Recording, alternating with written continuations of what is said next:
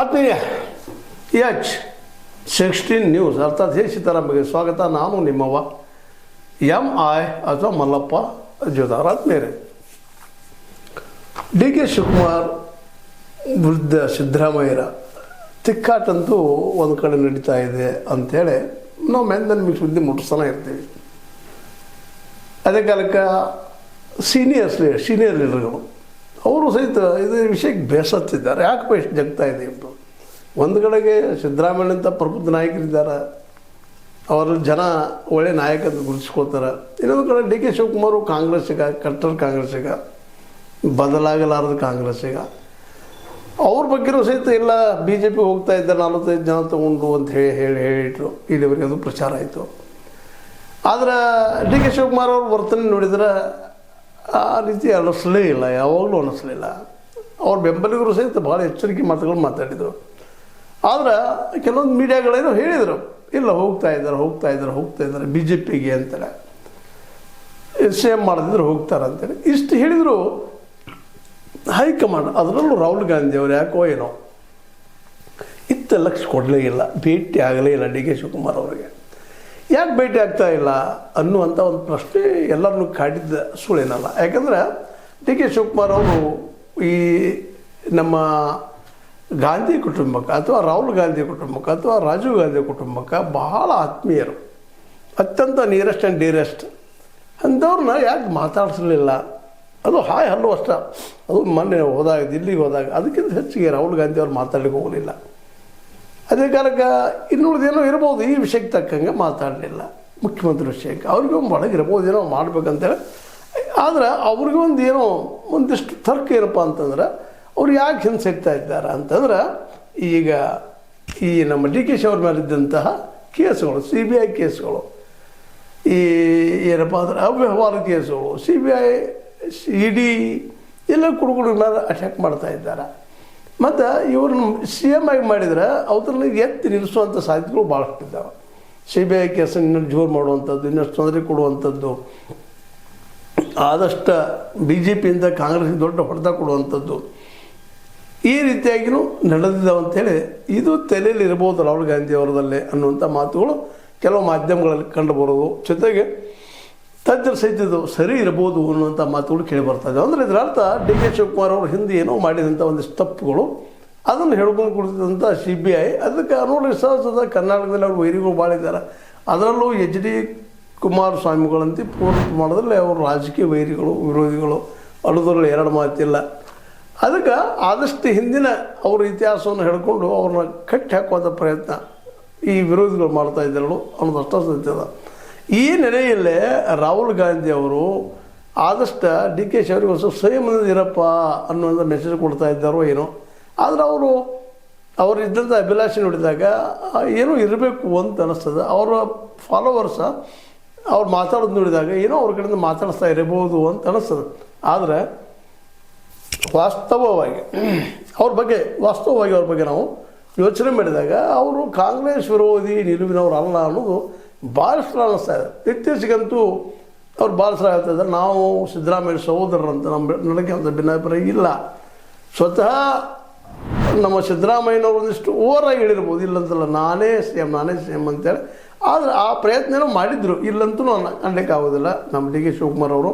ಆದರೆ ಸಿದ್ದರಾಮಯ್ಯರಷ್ಟು ಹೊರಟಾಗಿ ವಾದ ಮಾಡಲಿಕ್ಕೆ ಹೋಗಲಿಲ್ಲ. ತಮ್ಮ ಬೆಂಬಲಗಳಿಂದ ಏನು ಹೇಳಿಸೋ ಪ್ರಯತ್ನ ಮಾಡಿದರು. ಆದರೆ ಇವತ್ತು ಹೊಸದಾಗಿ ಬರುತ್ತಿರುವಂಥ ಸುದ್ದಿಗಳ ಪ್ರಕಾರ ಮೋಸ್ಟ್ಲಿ DK ಶಿವಕುಮಾರ್ ಅವರು ಮುಖ್ಯಮಂತ್ರಿ ಆಗೋದು ಈಗ ಭಾಳ ಕಷ್ಟ, ಅಸಾಧ್ಯ ಅಂದ್ರೆ ಅಡ್ಡಿ ಇಲ್ಲ ಅನ್ನುವಂಥ ಮಾತುಗಳು. ಯಾಕಂದ್ರೆ ಮಧ್ಯದಾಗೆ ರಾಷ್ಟ್ರ ಮಟ್ಟದಲ್ಲೇ ಇವತ್ತು OBC ರಾಜಕೀಯ ಮಾಡಲಿಕ್ಕೆ ಹೊರಟಿದ್ದಾರೆ ನಮ್ಮ ರಾಹುಲ್ ಗಾಂಧಿ ಅವರು. ಜೊತೆಗೆ OBC ಜೊತೆಗೆ SC ಮತ್ತು STಗಳನ್ನ ತಮ್ಮ ತೆಕ್ಕಿಗೆ ತೊಗೊಳ್ಳೋ ಪ್ರಯತ್ನ ಮಾಡ್ತಾ ಇದ್ದಾರೆ, ತಮ್ಮ ವಿಶ್ವಾಸ ತೊಗೊಳ್ಳೋ ಪ್ರಯತ್ನ ಮಾಡ್ತಾ ಇದ್ದಾರೆ. ಅವ್ರಿಗೆ ಕೂಡಿದ್ರಪ್ಪ ಅಂದ್ರೆ ಬೇಕಾದ್ರೆ ನಮ್ದು ರಾಜಕೀಯವಾಗಿ 40-45% ನಮ್ದು ಹಾಗೆ ಆಗ್ತದೆ ಅನ್ನುವಂಥ ಒಂದು ಲೆಕ್ಕ. ಆ ದಿಶೆ ರಾಜಕಾರಣ ಮಾಡೋ ಮುಂದೆ ಸಿದ್ದರಾಮಯ್ಯರನ್ನ ಬದಿಗೆ ಸರಿಸ್ತಾರೆ ಅವರು ಸರಿಸಿ. ಯಾಕಂದರೆ ಈಗ OBC ಲೀಡರ್ ಯಾರಪ್ಪ ಇಂಡಿಯಾದಲ್ಲಿ ಕಾಂಗ್ರೆಸ್ಸಿಗರ ಒಳಗೆ ಅಂತಂದ್ರೆ ಈ ಸಿದ್ದರಾಮಯ್ಯನವರು ಅನ್ನೋದಕ್ಕಾಗಿ ಅವ್ರಿಗೆ ಪ್ರಾಶಸ್ತ್ಯನ ಕೊಡ್ತಾ ಇದ್ದಾರೆ. ಇದು ಒಂದೇ ಕಾರಣ.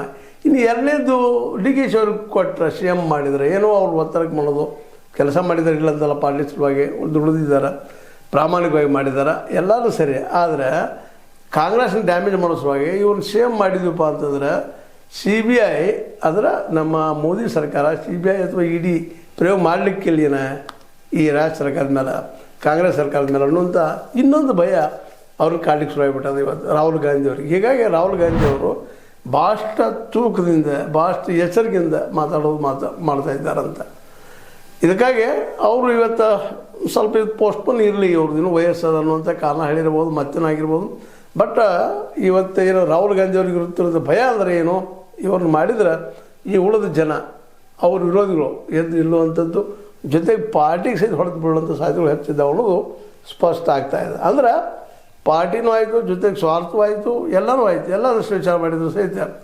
ಮತ್ತು ಹೈಕಮಾಂಡದಲ್ಲೇ ಇವರಿಗೆ ಸಿದ್ದರಾಮಯ್ಯನವ್ರಿಗೆ ಹೆಚ್ಚಿನ ಬೆಂಬಲ ಇರೋದರಿಂದ ಸಹಜವಾಗಿ ಇವರು ಇಲ್ಲಪ್ಪ ಈ ಸಲ ನಿಮ್ಮನ್ನ ಏನೋ ಒಂದು ಸ್ವಲ್ಪ ಟೈಮ್ ತೊಗೊಳ್ತೀವಿ, ವೆಯ್ಟ್ ಮಾಡಿರಿ ಅನ್ನೋಂಥ ಮೆಸೇಜ್ ಕೊಡ್ತಾ ಇದ್ದಾರೆ ಅಂತ ಅನ್ನಿಸ್ತದೆ. ಆದರೂ DK ಶಿವಕುಮಾರ್ ಅವರು ಇಷ್ಟು ನರ್ಮ್ ಆಗಿದ್ದಾರೆ. ಸರಿ, ಅದು ಪಾಪ ಸಹಜದ, ನಾನು ಎಷ್ಟು ವರ್ಷ ದುಡಿದಿದ್ದೀನಿ, ನಾನು ಮಾಡಬೇಕಾಗಿತ್ತು ಅನ್ನೋದು ಅಭಿಪ್ರಾಯ ಆಗಿರ್ಬೋದು. ಬಟ್ ಇದು ಸುಳ್ಳಿನಲ್ಲ. ಯಾಕಪ್ಪ ಅಂತಂದ್ರೆ ಈ ಒಂದು ದಿಶೆಯಲ್ಲೇ ಈ ನಮ್ಮ ಈ ಎಲ್ಲ ಕೇಂದ್ರ ಸರ್ಕಾರ ಇದ್ದು CBI ಹಾಕ್ತಂದು ತೊಂದರೆ ಆಗ್ತಿರೋದು ತಲೆಯಲ್ಲಿರೋದ್ರಿಂದ ರಾಹುಲ್ ಗಾಂಧಿ ಅವರಿಗೆ. ಮತ್ತು ಅದೇ ಕಾಲಕ್ಕೆ ಖರ್ಗೆ ಅವ್ರಿಗೂ ಇರ್ಬೋದು, ಇನ್ನುಳಿದವ್ರಿಗೂ ಇರ್ಬೋದು, ಅವರು ಯಾವ ಪ್ರಮಾಣದಲ್ಲೇ DK ಪರವಾಗಿ ಬ್ಯಾಟ್ ಬೀಸಬೇಕಾಗಿತ್ತು ಆ ಪ್ರಮಾಣದಲ್ಲಿ ಬ್ಯಾಟ್ ಬೀಸ್ತಾ ಇಲ್ಲ. ಜೊತೆಗೆ ಏನಪ್ಪ ಅಂತಂದ್ರೆ ಆದಷ್ಟು ಮೌನ ವಹಿಸುವಂಥ ಕೆಲಸ ಮಾಡ್ತಿದ್ದಾರಂತೆ. ಯಾರ ಪರ ಇದು ನಮಗೆ ಆಗೋದು ಅನ್ನುವಂಥ ವಿಚಾರಧಾರೆಗೆ ಬಂದು ನಿಂತಿದ್ದಾರೆ ಅನ್ನುವಂಥದ್ದು ಅನಿಸ್ತದೆ. ಒಟ್ಟು ಏನೂ ಇರಲಿ, ಈಗ DK ಶಿವಕುಮಾರ್ ಅವರ ಮುಖ್ಯಮಂತ್ರಿ ಆಗೋದು ಭಾಳ ಕಷ್ಟ. ಕಾರಣ ಇಷ್ಟ, ಮೊದಲನೇ ರೀಸನ್ನ ಅವರ ಇತಿಹಾಸ CBI ಹೋಗೋ ಸಾಧ್ಯತೆಗಳಿದ್ದಾವೆ ಅವ್ರ ಮೇಲೆ ಅನ್ನುವಂಥದ್ದು.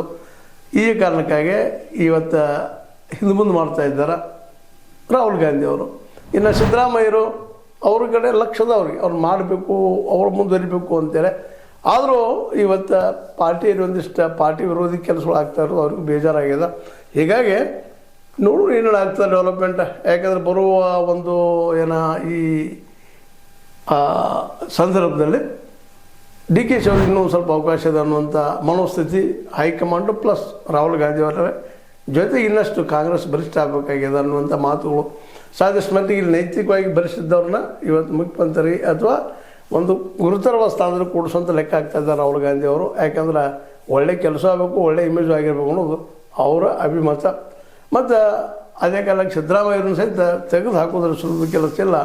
ಯಾಕಂದ್ರೆ ಸಿದ್ದರಾಮಯ್ಯನವರು ಇವತ್ತು OBC ಒಳಗೆ ಮತ್ತು ವಿಶೇಷವಾಗಿ SC ST ಪರವಾಗಿ ಬ್ಯಾಟ್ ಬೀಸುವಂಥ ವ್ಯಕ್ತಿ ನಮ್ಮ ಏನಪ್ಪ ಅಂದ್ರೆ ಈ ಸಿದ್ದರಾಮಯ್ಯರು ಅನ್ನುವಂಥ ಮಾತಿರೋದ್ರಿಂದ ಈ ರಾಹುಲ್ ಗಾಂಧಿಯವರು ಸಾಕಷ್ಟು ಮಟ್ಟಿಗೆ ಹಿಡಿತವನ್ನು ಮಾಡ್ತಾ ಇದ್ದಾರೆ. ಹೀಗಾಗಿ ನಮ್ಮ DK ಅವರಿಗೆ ಮುಖ್ಯಮಂತ್ರಿ ಹಾಗೂ ಯೋಗ ಸಮೀಪದಲ್ಲಿಲ್ಲ. ಉಳಿದವರು ಹೇಳ್ತಾ ಇದ್ದಾರೆ ಎಲ್ಲ ಸ್ವಾಮೀಜಿಗಳು, ಅವರು ಇವರು ಭವಿಷ್ಯವಾದಿಗಳು ಎಲ್ಲ ನಿಶ್ಚಿತ ಆಗ್ತಾರೆ, ಜನವರಿಗೆ ಆಗ್ತಾರೆ, ಫೆಬ್ರವರಿಗೆ ಆಗ್ತಾರೆ, ಮಾರ್ಚ್ದಾಗ ಆಗ್ತಾರೆ, ರಾಜ್ಯ ಹೋಗೈತೆ ಅಂತ ಹೊರಟಿದ್ದಾರೆ. ಇವರೆಲ್ಲ ಹೇಳೋದು ಸತ್ಯ ಆಗ್ತದನ ಅನ್ನುವಂಥದ್ದು ಒಂದು. ಆದರೆ ಇಲ್ಲೇ ಸಿದ್ದರಾಮಯ್ಯ ಆ ವಿಚಾರಧಾರೆಯವರಲ್ಲ.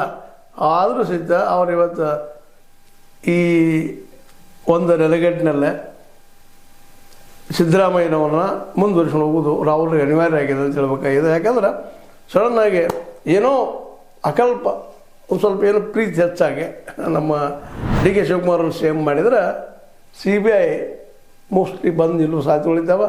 ಯಾಕೆಂತಂದ್ರೆ ಅವ್ರು ಡ್ಯಾಮೇಜ್ ಮಾಡಬೇಕಾಗಿದೆ ಕಾಂಗ್ರೆಸ್ಸನ್ನು ಅನ್ನೋ ಭಯಕ್ಕಾಗಿ ಅವ್ರು ಭೇಟಿ ಆಗ್ತಾ ಇಲ್ಲ ಅನ್ನುವಂಥ ಮಾತು ಕೇಳಿ ಬರ್ತಾ ಇದ್ದಾವೆ. ಇನ್ನಾದ್ರೆ ಏನಾಗ್ತದೆ ನೋಡು. ಯಾಕಂದ್ರೆ ಸಮಯ ಯಾರಪ್ಪನ ಮನೆ ಆಸ್ತಿ ಅಲ್ಲ, ಯಾವ್ದು ಬೇಕಂಗೆ ಚೇಂಜ್ ಆಗ್ತದೆ. ರಾಜಕೀಯದಲ್ಲೇ ಇವತ್ತು ಮಿತ್ರ, ನಾಳೆ ಶತ್ರು, ನಾಡದ ಮಿತ್ರ ಅನ್ನುವಂಥ ಸ್ಥಿತಿ ಈಗಿದ್ದಾಗ ಈ ಒಂದು ಏನಪ್ಪ ಅಂದರೆ CM ಸೀಟ್ನ ಗುದ್ದಾಟ ಕಾಂಗ್ರೆಸ್ಗೇನೋ ಒಂದು ಏನಪ್ಪ ಅಂದ್ರೆ ವಿಷಕಂಠಗೆ ವಿಷ ತೊಗೊಂಡಂಗಾಗ್ಯದ. ಆದರೆ ಅಂದ್ರೆ ಉಳಿಯುವಂಥ ಸಾಧ್ಯತೆಗಳಿದ್ದಾವೆ ಅಂತ ಹೇಳ್ತಾ ಒಟ್ಟಾರೆಯಾಗಿ ಸಿದ್ದರಾಮಯ್ಯ ಈಗ ಒಂದು ಕೈ ಮೇಲಿದ್ದಾರೆ.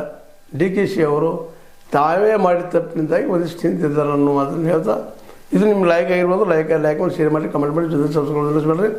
H16 ನ್ಯೂಸ್ ಅರ್ಥ ಇದು ಸತ್ಯದ ಕೈಗೊಂಡು ವಂದನೆಗಳು. ಸ್ವತಂತ್ರವಾದ ಮೀಡಿಯಾಗೆ ಬೇಕಾಗಿರುವುದು ಸ್ವತಂತ್ರ ಧ್ವನಿ. ಆ ಸ್ವತಂತ್ರ ಧ್ವನಿ ಉಳಿಸಲು ನೀವು ಮಾಡಬೇಕಾದದ್ದು ಇಷ್ಟೇ. ಅದೇನಪ್ಪಾ ಅಂತಂತಂದ್ರೆ ನಿಮ್ಮ ಕೈಲಾದಷ್ಟು ಸಹಾಯ ಈ ಚಾನಲ್ಗೆ ಮಾಡಿ ಹಾಗೂ ನಿಮ್ಮ ಧ್ವನಿಯನ್ನು ಕಾಪಾಡಿಕೊಳ್ಳಿ.